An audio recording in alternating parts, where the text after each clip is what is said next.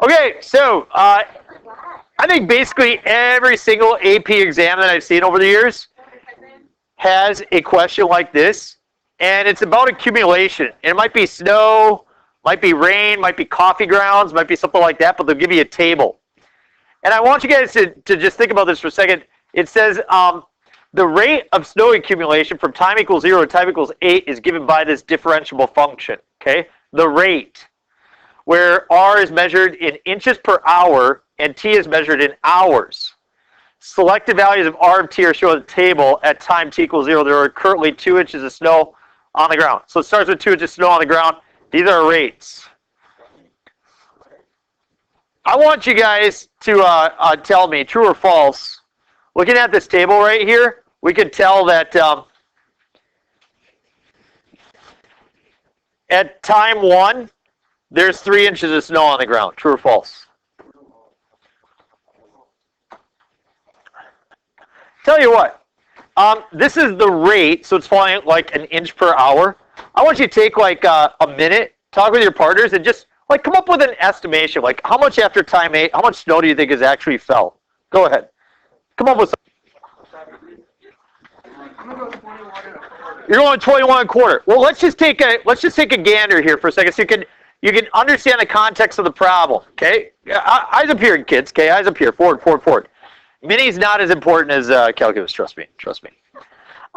So if inches snowing, if snow has fallen at a rate of 1 inch per hour, then about how many inches do you think would fall over the course of that hour? Like 1. If snow has fallen at a rate of 3 inches per hour over the course of 2 hours, about how much snow do you think would fall there? Maybe 6. And then 4 inches per hour for 3 hours, you might get like 12. And then maybe like, say, 3 inches per hour for 2 hours, it's going to be another 6, right? So, I mean, maybe like 23 inches is a pretty heavy snowstorm, right? So the first question is, when you walk to the exam, can you understand that that's what's happening? And most people, when they get to that spot, they just blank. They're like, I'm incapable of understanding it. But you are. I mean, and I know because we actually, back in chapter 5, we talked about the same example going through it.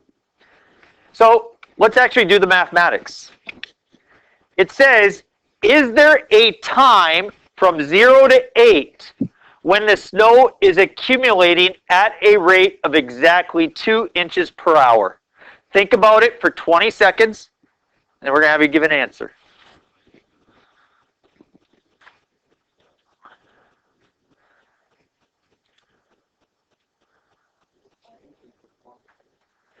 All right, what do you got? Yes or no? Yes. Why? Because it goes from 1 to 3. Very good. So you're saying if we want to go from 1 to 3, we have to cross over 2. Do you remember what theorem told us that?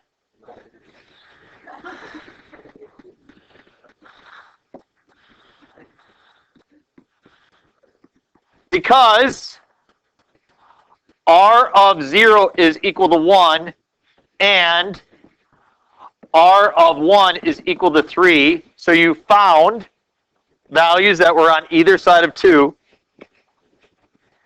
The intermediate value theorem. Just say IVT. The intermediate value theorem guarantees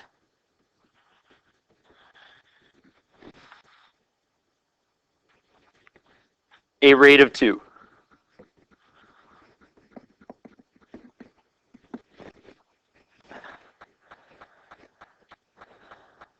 Okay, letter B is just slightly different. It says, is there a time from 0 to 8, not when R is equal to 2, but R prime is equal to 1/2? Take 20 seconds, think about it. Go ahead. 5, 4, 3, 2, 1. Anybody got a thought? Caleb says yes. You confident? Why? Very good. Caleb's got it right here. He says that R of 3 minus R of 1 over 4 minus, R of 3 minus R of 1 over 3 minus 1. So he's looking for any time where there seems to be a rate of change of 1/2. And as you notice, R of 3 is 4, R of 1 is 3. If I subtract those and I divide by 3 minus 1, you get 1/2. Do you remember, it wasn't the intermediate value theorem. What was the theorem that gave us that? Mean value theorem, MVT, guarantees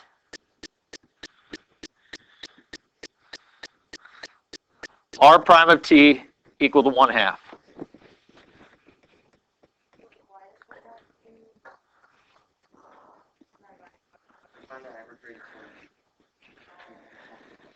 So the key here, he's absolutely right, but the key here, Jade, is that in this situation, it's just asking about the rate, which is this guy, so you're just looking for change, whereas here you're looking for a rate.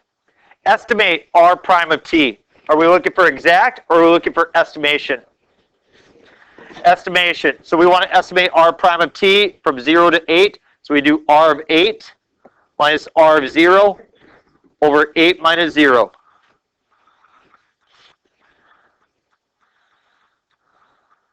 What is R of 8? 1/4.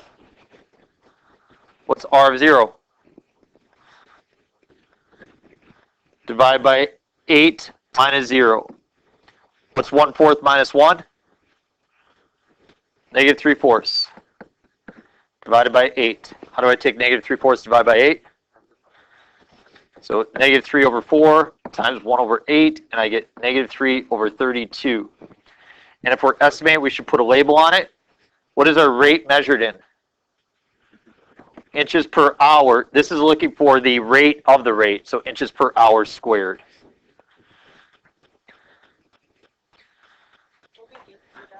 Yes.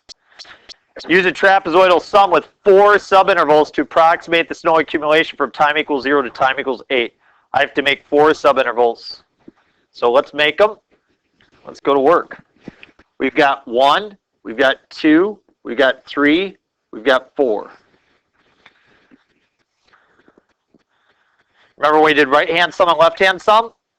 We're starting with trapezoidal sum in this situation, okay? And that is the most confusing for people. I think you know how to do the right hand and the left hand. We're going to use trapezoidal. And this is how you have to make the boxes. I'll do this one here, okay? Okay. What's that distance? That's 1. So this is going to be 3, and that's going to be 1. You see it? Now I'll do this one right here.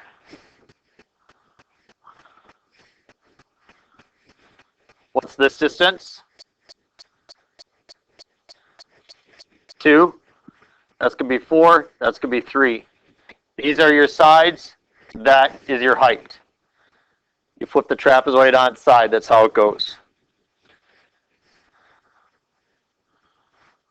This guy, what's the distance here? 3. And we do 4 and 3.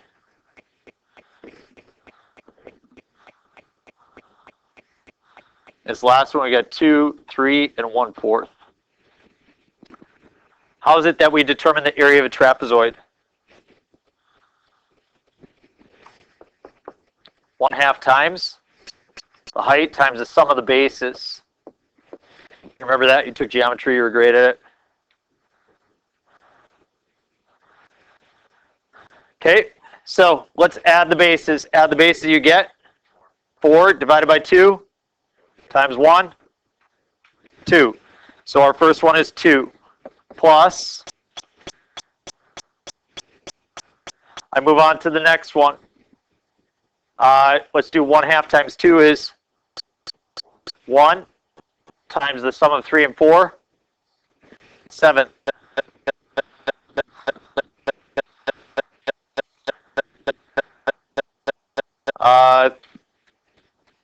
7 times 3 divided by 2, 10.5.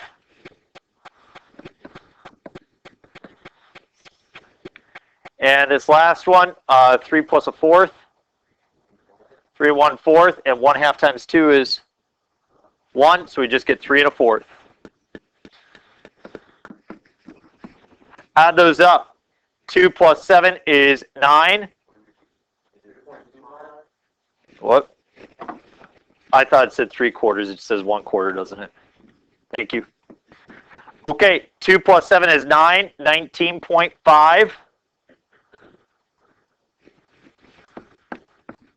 You know, we started off at this time talking about, you know, the overall accumulation. Are we somewhat within reason there? Kind of close? Yeah. And so getting a general idea is a key to having success moving forward. Use a left-hand sum with 3 subintervals to approximate the amount of snow on the ground at time is equal to 6. So you're going to use 3, and you're going to use left hand. You're going to work with a partner, see what you got, take 2 minutes, ready, set. Okay, let's check it out. Let's see where you're at. You make 3 rectangles. What's the width of this rectangle? 1. Are you determining the height on the right-hand side or the left-hand side? What's the height on the left-hand side? 1. So what's the area of this rectangle? 1. What's the width here? 2. And the height is 3. So the area is 6. The width here? 3. The height is? So the area is 12. So 12 plus 6 plus 1 is? And if you left your answer as 19, you are incorrect. What's that? Yeah, the question doesn't ask how much snow has fallen during that time. It says how much snow is on the ground. So you have to do 19 plus 2, which equals 21 inches.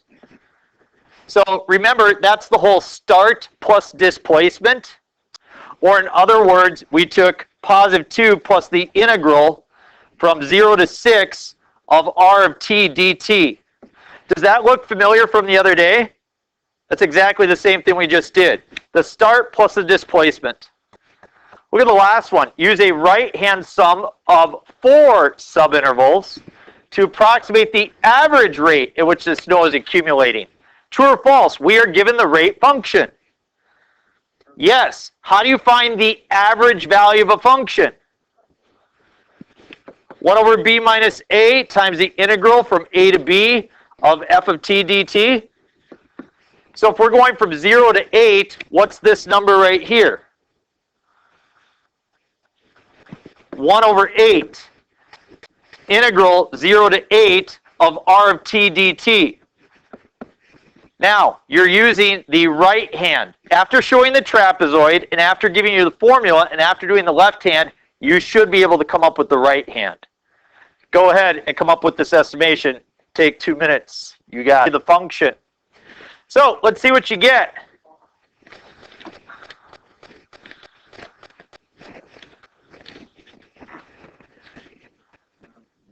So, we've got, you should have a rectangle here, rectangle here, rectangle here, rectangle here. The width is 1, the width is 2, the width is 3, the width is 2. The height is on the right-hand side. 3, 4, 3, and a 4th. That means that 3 is your area, 8 is your area, 9 is your area, and 1/2 is your area. 3 plus 8 plus 9 plus a half. I got 17, 20, 20.5. Is that my answer? No. You got 1/8 times 20.5. Or if you didn't have a calculator, 1 over 8 times, that would be 41 over 2, which is 41 over 16. Whatever that is, and it would be the average, so inches per hour. And that's that. Sir? Yes. Flip it to the very last page. We're going to jump to something that you've seen before.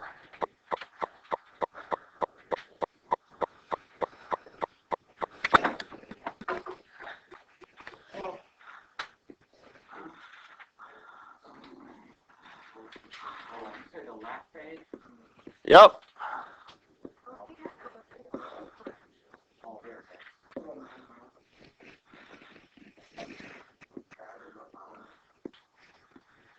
Make a 3 by 3.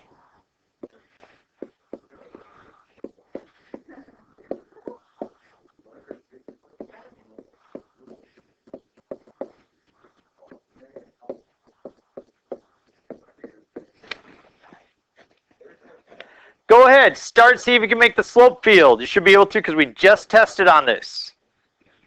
Your slope field will be y minus 1 over x. It says consider this differential equation. Sketch a graph of the slope field in the space provided below.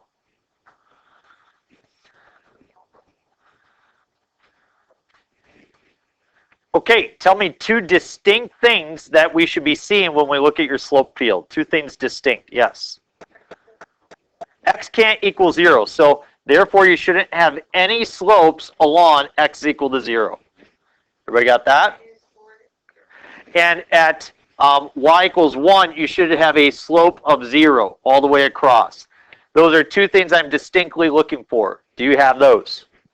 After that point, each AP exam will give you a different number. They won't have you do this many dots. They'll say do 8. They'll like show you the 8 that they want you to do. You know what I'm saying? And be prepared for this, that they may say that if you choose a point, then you want to determine dy over dx. So this is sometimes what they look for if you have to fill it out. So I want to show you this so you can see it. So I'm going to choose the point 1, 0. So if I have the point 1, 0, if I plug in 1 in for x and 0 in for y, what do I end up getting?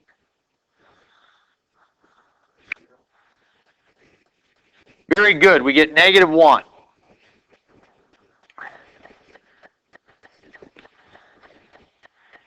If I have the point 2, 0, what ends up being my slope? Negative 1/2, and so we go like that. And then you could guess negative 1/3 at that point, so on and so forth. Could you make a chart like that where you plug in the point and then you show what you get? That's part of what they're looking for, okay? So we're going to give you about 30 seconds to look at this. It says a slope field for the given differential is shown above. Sketch the solution curve that passes through 1, 0. So I'm looking for the coordinate 1, 0. It's right here. I want you to see if you can quick just like sketch something that seems to fit that.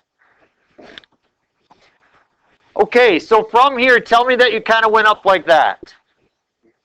And then down here, hopefully you saw that it curved back. It kind of went like that. Anybody get something that looked similar to that? Where did you go with it? I thought you shook your head, Minnie. I was asking where you went with it. Did you not go that way? Okay, that's fine. But they'll want you to take some and just kind of fill it in there. And they'll be pretty lenient with it. But if you draw something that looks like this, you know, that everybody understand that will not give you points. Just follow the slopes and you'll be okay to go.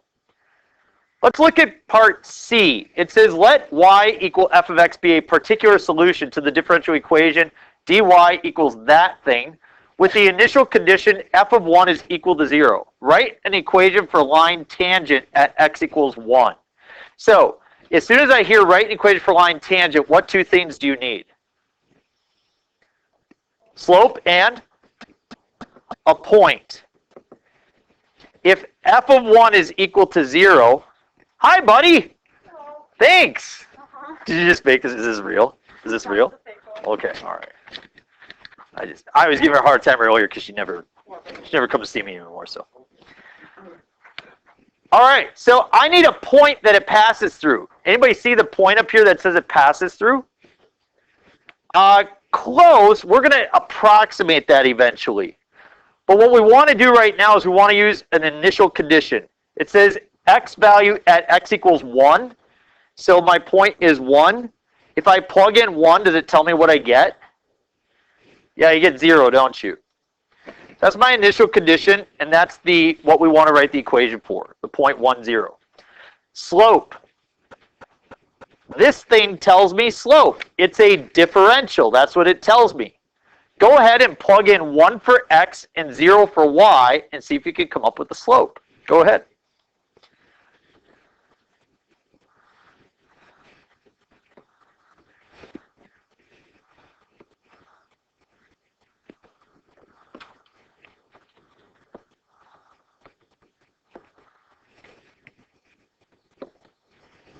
Do you get 4/3? Excellent. Can we now write an equation for a line? Yeah. So y minus 0 equals 4 over 3 times x minus 1. That's my equation for my line. Blake, you want to put that away? I just get insulted when you start doing that instead of doing this. So it says, use your equation to approximate f of 0.7. And here's what it's saying. Suppose that you have a curve like such. And suppose you're looking for the equation at an x value of 1. You have a tangent line, okay? A tangent line at 1. Would you guys agree that the closer I am to 1, the closer the line and the curve are to each other? But the further away I get, the further apart they are? So when it says use your equation to approximate f of 0.7, it's just saying this line is going to give you the value at 0.7. It's not going to be exact, but it's going to be approximate. So all we have to do is this. Y equals 4 over 3 times 0.7 minus 1. Can somebody tell me what 0.7 minus 1 is? So y is equal to 4 over 3 times negative 0.3. I don't have a calculator, so I'm going to use negative 3 over 10. Everybody okay with that? What happens with the 3's? Cancel, I get negative 4 over 10, or y is equal to negative 2/5, and that's my approximation. Did you get a problem like that on your test? Find the particular solution? Yeah, you did, didn't you? And you guys did a good job at it. You were really smart. So let's find the particular solution, and we'll end our day with that. dy over dx is equal to 1/3 x times y minus 2 quantity squared. Most of the time, when you get this type of a problem for a free response, this part is worth, out of the 9 points, it's worth anywhere between 5 to 7 of the points. You tell me the first step in working through this. Yeah, multiply the dx over and divide the y minus 2 squared over. Everybody okay with that? So 1 over y minus 2 squared dy is equal to 1/3 x dx. You've got 1 point just for showing you could separate the variables. Is that a point you could get on the test? I believe you can. Don't shake your head at me. I know you can do that. Okay, let's do the next thing. Let's take the antiderivative of both sides. What's the antiderivative of 1/3 x?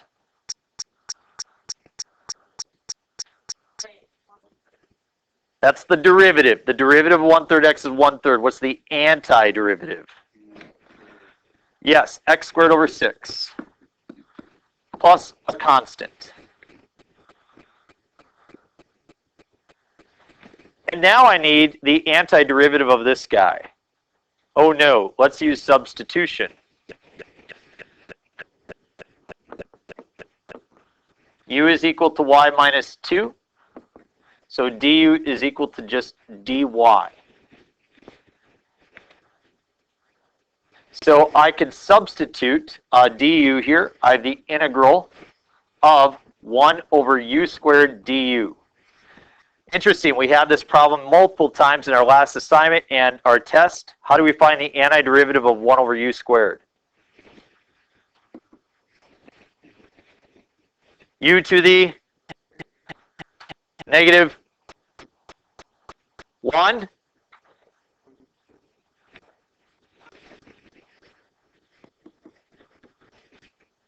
Right? We increase by 1 and we divide by the new exponent. So negative 1 over u. Or in other words, negative 1 over y minus 2.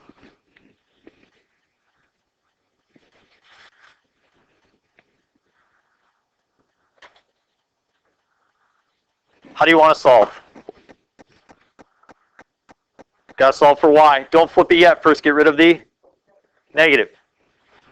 1 over y minus 2 is equal to c minus x squared over 6.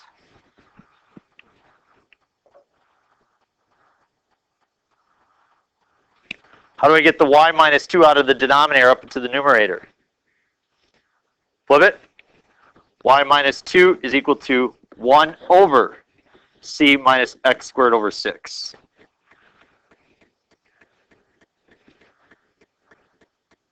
Add your 2 to both sides. Y is equal to 1 over c minus x squared over 6 plus 2. I have to solve for c to find the particular solution.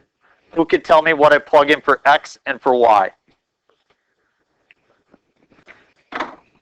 Notice that your particular solution had this condition. F of 1 is 0. That means that it goes through the coordinate 1, 0. So I plug in 0 for y equals 1 over c minus 1/6 plus 2.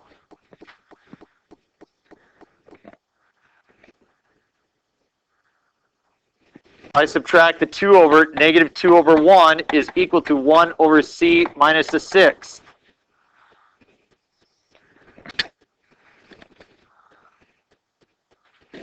As we cross multiply, negative 2c plus 1/3 is equal to 1.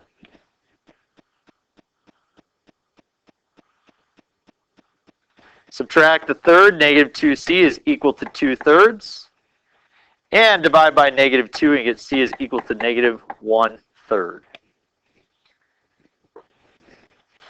Now that you have your c value, you can go ahead and plug it back in right here. Y equals 1 over 1/3 minus x squared over 6. Is it negative? Yep, negative 1/3.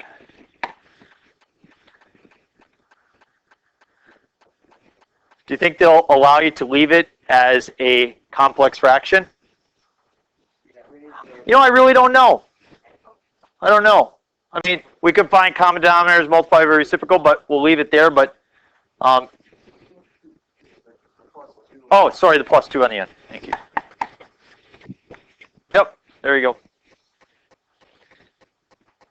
So you definitely clean that up if you want, but so if you got that, that will give you the 9 out of 9 points. On these, free response, so out of 9 points, what do you think is the average? 3. Yeah, 3 is the average generally. 3 to 4 is generally the average what people get. So it is. It's counting the hand turkey people. So if you look at the people who really try and the people who say choose to take it, the average might be around more, I would say 5. Yep, definitely. So. Yep.